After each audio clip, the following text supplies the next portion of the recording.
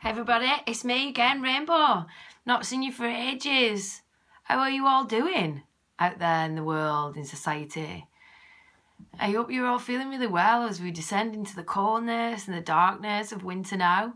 Heading in there, it's the winter solstice soon, isn't it? A couple of weeks. Yeah, this time of year is quite difficult for people. There's much mental health issue that can arise around this time of year. Lots of loneliness coming up to Christmas and lots of seasonal affective disorder or SAD because of the lack of sunlight. But I think it's also, you know, been for ages and ages and ages a time where the darkness can come up in us. We're really in tune with the seasons, we're in tune with nature, even though we've forgotten that, and it all seems a bit woo-woo and a bit mental to think like that, but really, in truth, we are nature. And so our cycle is about withdrawing, just like the trees, about withdrawing, going inside. And high-pressure society doesn't allow for that, so people have to still go to work when it's dark and come home from work when it's dark. Nobody wants to do anything, nobody wants to go outside. And so environmentally, where our body's under a lot of stress, and that can cause a lot of stress psychologically, which can then manifest as feelings of lethargy, feeling low, feeling depressed. And then there's another scale, isn't there, where if, you know, in truth, we're going into our own darkness, you know, lots of us have afflictions, lots of us have woundings, lots of us have things which have happened to us in our past, where the emotional scarring of all of that is that darkness. We talk about the shadow, we talk about the demons, our demons, but really they're not demons or shadows. They're parts of us that have been hurt and they're waiting to tell us about their feelings because they've never been given space for that. So a lot of time in the winter period could be for reflection, could be for healing, and our body naturally wants to let us know that. If you believe in a soul or a higher self or an energy field of you, there's, you know, lots of things that are in this part as well, and they might use this winter as an opportunity to make themselves known. And so that means we might go into a crisis with ourselves. We might start feeling depression, where we're struggling with life, where we're struggling with emotion, where we're struggling with being ourselves. And so this is definitely a time of year where we can all just be a little bit more community-wise, take care of our nearest and dearest, but also, you know, the bus stops or in the shops, or when we're walking along the street, you know, if we're in a really good place, we can just spread some smiles, say some hellos, and just connect with people. It's really beneficial for the emotional centers of the brain. And this time of year, when people are feeling like this, if someone can just be a little light for them. So even if it's just a hello to somebody who's looking a little bit sad, or somebody that's alone, that could be a really beautiful thing. That could be you spreading Christmas cheer. That could be you literally spreading the joy of Christmas as a medicine for the people that need it. And so in this video, I didn't really want to talk about that. It just comes naturally. Whatever wants to come comes in these videos. And it's such a joy because I've done one for so long.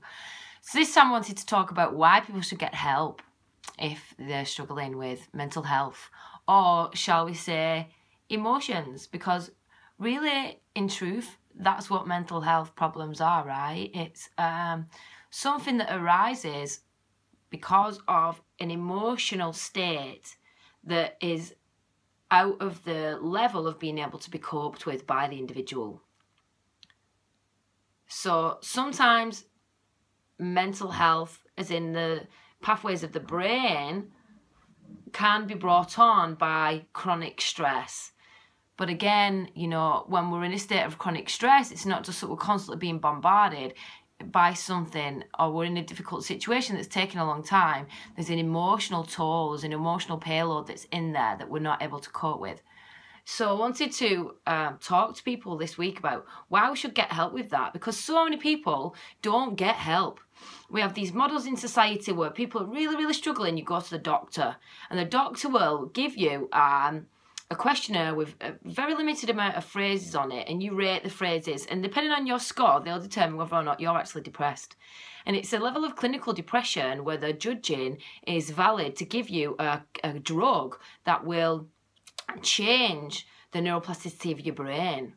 And in a lot of cases, people aren't clinically depressed in the brain, and they're not doing any neuroimaging, they're not doing any tests on people's brains, they're not even taking blood tests. They're just prescribing drugs which have serious implications on the state of our mental health afterwards, and you know, for the rest of our lives, without really asking us what's wrong.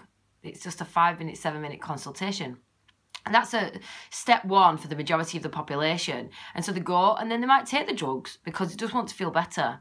So I wanted to talk to you about why people should get help with the thing which is causing the depression, you know, or the thing which is making them feel bad. And what happens on the other side of when you get that help. So the first reason why, you know, people should seek help is because for a lot of people, it's the remedy. You know, think about it. If you're lonely, or if a lot of your issues are because of abandonment, or because you were misunderstood when you were growing up as a child, or because, you know, life served you a horrible hand where negative things happened to you and it left you really insecure. You know, these things where people have led you to not trust, or were you desperate to feel someone. To go and get help and work with somebody, to go on a journey with somebody, one-to-one, that's going to be that person that allows you to learn about trust again, that helps the mechanisms inside you realise that you can be open again to trust, you can be open again to fulfilling relationships. And it's just an echoing there, but somebody that's in integrity, somebody that's there just for you, to help just you, and really be there to go into things, to listen, to hear you, unbiased, without pouring their opinions on you a lot of the time, like when family and friends do. You know, being held in that way helps you to grow an inner security that might not have been there before because of what happened. It also helps you to feel like there is somebody there for you, which can help with the worthiness factor and the deservingness that sometimes we don't feel like we have. We don't feel like we have deservingness. And so the first reason why we should reach out is because it can be a part of the remedy. Having someone there helping you can be a part of the remedy of you feeling better, which is what you deserve, to feel better. Also, to get help from someone who's skilled is another level of assisting you to come out of the darkness back into the light. Now, I know these words sound a bit woo-woo-y, but if we take a metaphor, for example, of when you go into one of those periods, it's like going into a swamp, a dark swamp where the demons or the monsters or the shadows are lurking. So if you can have somebody go in there with a torch and say, this is the way that we go through this. I know because I've been here before. Oh, look, this is a crocodile, and that crocodile there needs to be heard. So I'm going to help you to hear that crocodile. And they can help you in this way because they're trained. You know, they've done lots of learnings, they've been on big journeys, and they've got experience in helping people, so they can help you to navigate it. We in society, in school systems, don't get this information. We don't get these teachings or these learnings. So people like me, who I've done 2 degrees, I've also been helping people for nearly 10 years.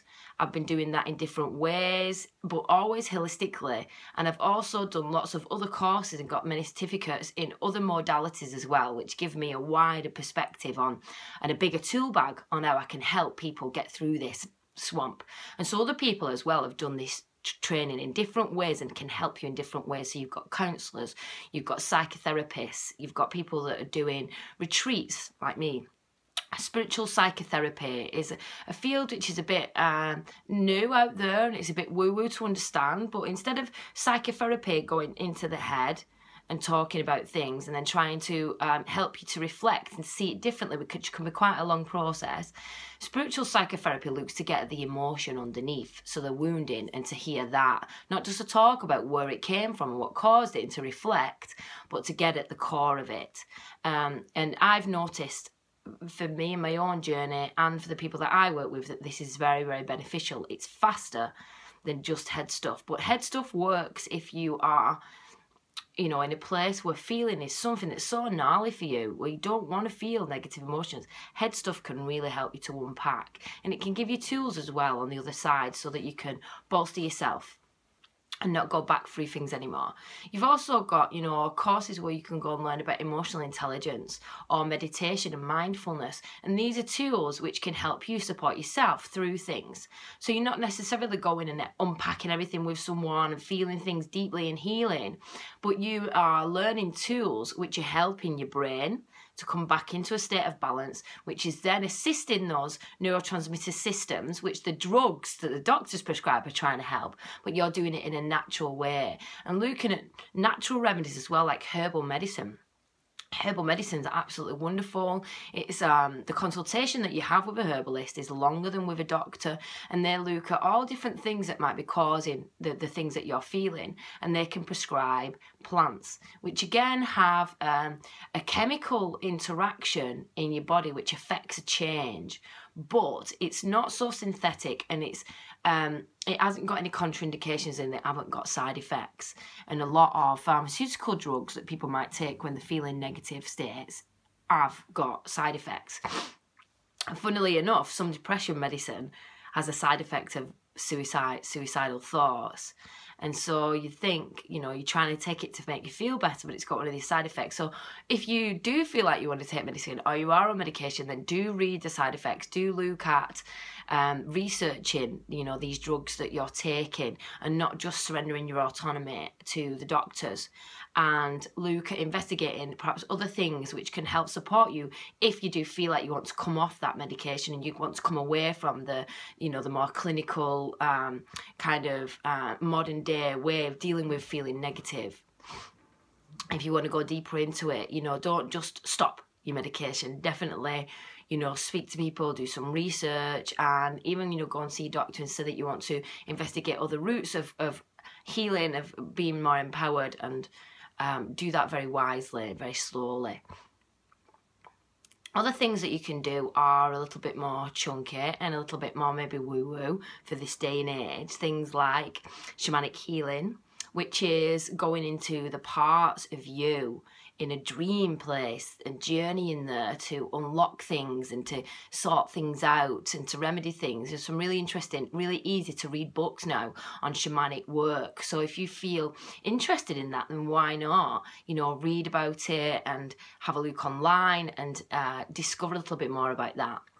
There's also other things like trauma release and body work, where you can go to have a session of breath works, maybe where you do lots of rapid breathing. And there are other methods as well, like shaking, and other methods as well, like the process that I use, transformational healing, where we're going into the body and just allowing the body space to release what's trapped inside there. Because you'll know if you've seen any of my stuff before, I talk a lot about atoms that make up our bodies that are just space. There's lots and lots of space in there, but it's not just space, it's consciousness, or it's like a field of energy where vibrations exist.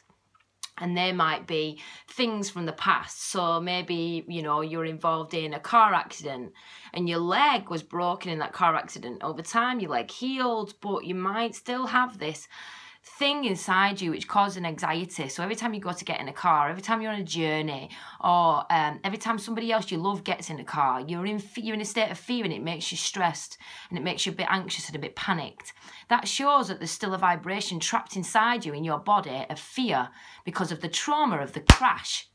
It's not gone, it's still in there. And so all these trauma releases help you to go into the body so that you can get that out, so that you're not bound by it anymore. And there's so many different things what people have been through, you know, which cause these negative vibrations, or these vibrations of the trauma to be trapped in the body, which then cause this conditioned response to life, where you're still trapped in that moment, but because you're not experiencing that moment in life, you don't make the relation. And so what it seems is if you've got this thing what you can't move through. So, you know, and lots of us haven't just had a car crash. There's been lots and lots of other things as well that have happened to us. So there's so much in there. So these trauma release techniques can be really beneficial and massively, you know, impact our life and your freedom because you're not bound by those things anymore. And then there's also other things you can do. You know, you can look at nutritional healing. A lot of stuff now, research shows about the microbiome, which is in our gut.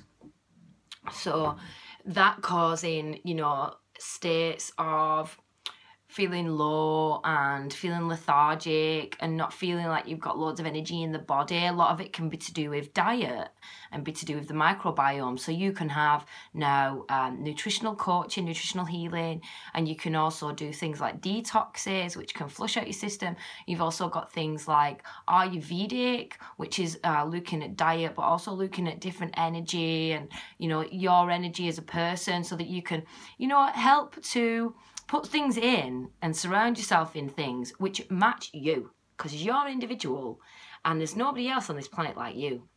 And so this way of looking at you holistically with the Ayurvedic way is going to help you to do that, going to help you again to support you in the way that you need to be supported so that you can be flourishing. So I've mentioned quite a lot of different methods there. You know, hopefully you've heard of them or you can relate to some of them, and hopefully, you know, you're feeling like there's something there that's maybe sparked you and you thought, oh, you know, didn't know about that, maybe I can go and investigate that. But there are so many different methods of being able to be supported by somebody or coaching or a learning or, you know, a course where you can benefit because you'll feel better and you'll feel more in your authenticity, you'll feel freer.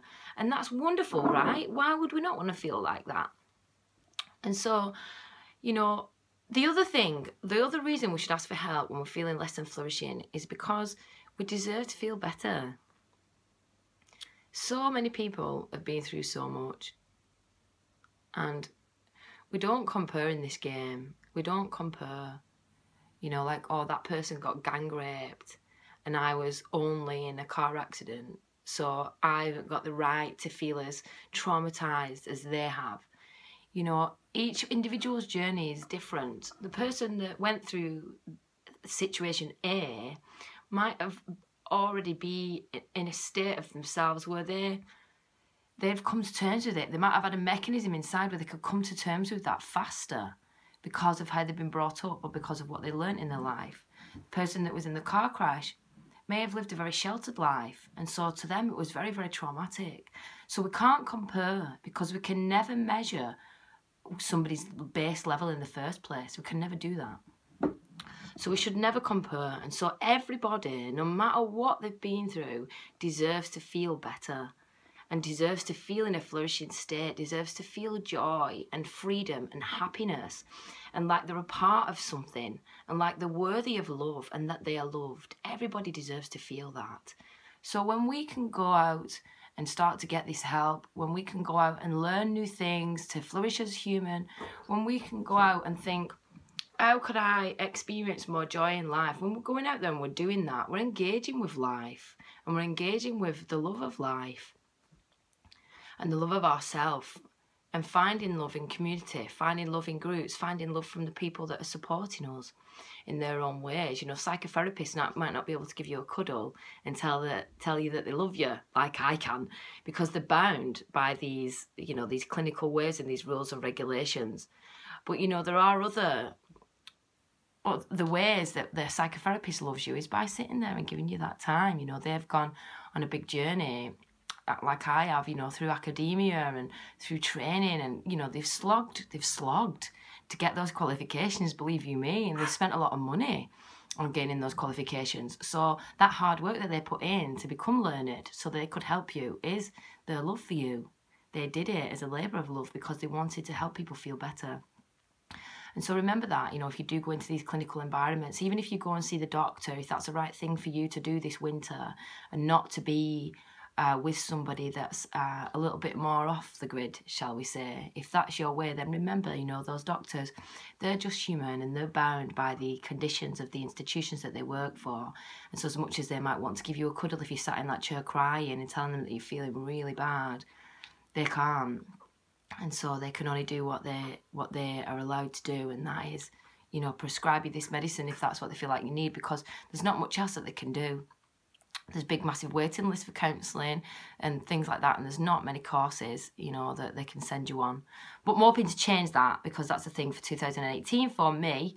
I'm hoping to be able to work alongside these institutions and provide a space where if people do go and present with early onset risk factors for clinical depression and general anxiety disorder and serious loneliness, that they can be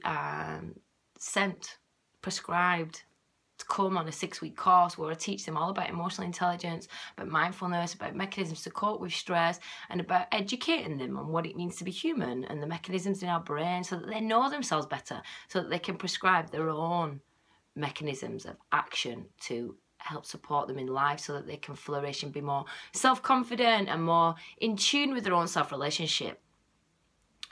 So, you know, we deserve to be happy, we deserve to feel good and confident, you know, not because we've done anything, but just because we're alive, and that's our, you know, our birthright to feel like that. I think we forget that, you know, so many people afflicted with deep low self-esteem, self-loathing and loneliness, you know, like they're not worthy of a love, like they're unlovable. And it's so sad because it's not true. So getting this help helps you to come back to the realization of the truth of what you are. So worthy of love, so lovable, so brilliant, so fantastic, so incredible, a miracle, a walking blessing. You're so, so, so loved. So, so, so loved by things out there, you know. And if you've been in a family or been in situations which haven't taught you that, then I'm so sorry. But there are things that you can do to come to the truth, to be unbound by all of that conditioning. So I've just pulled a card from the grandmothers, and we're talking about being helped, right? Now, these are the grannies, they're amazing. And it says, allow yourself to be held. Can you believe that? Allow yourself to be held.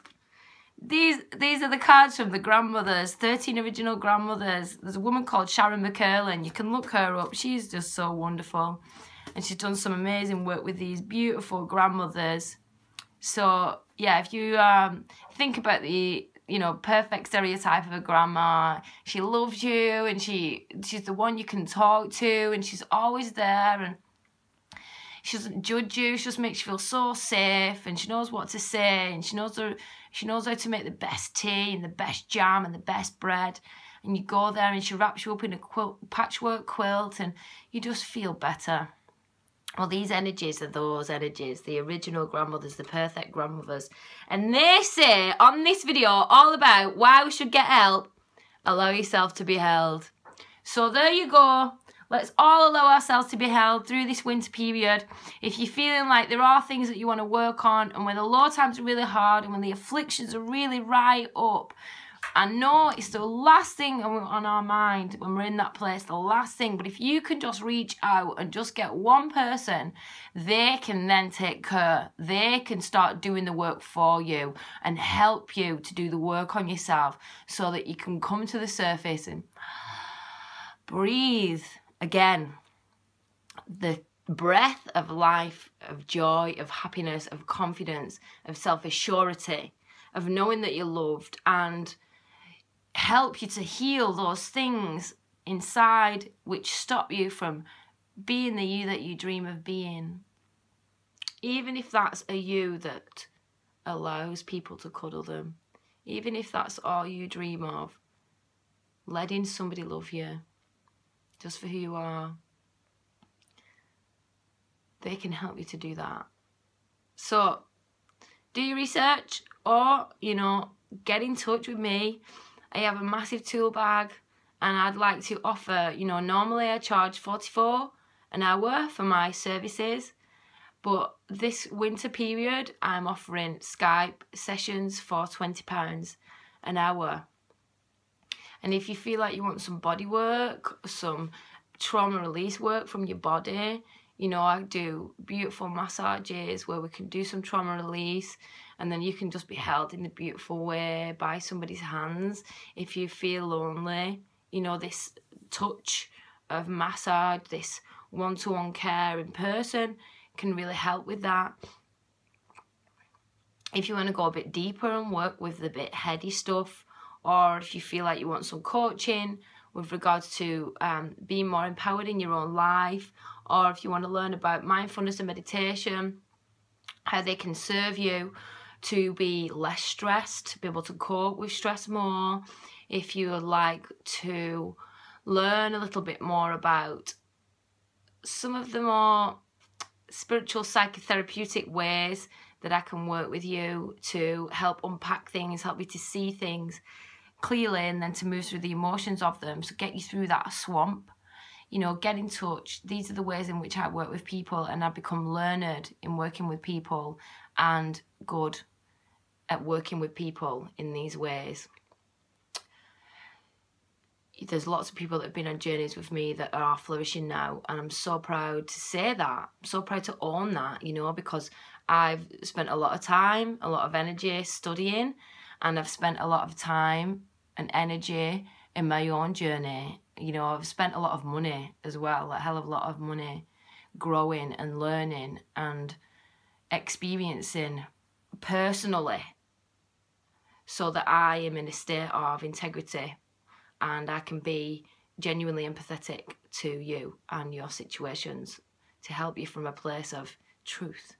And I'm not bound by all these clinical institutions because I refuted them. I said no, I rejected them.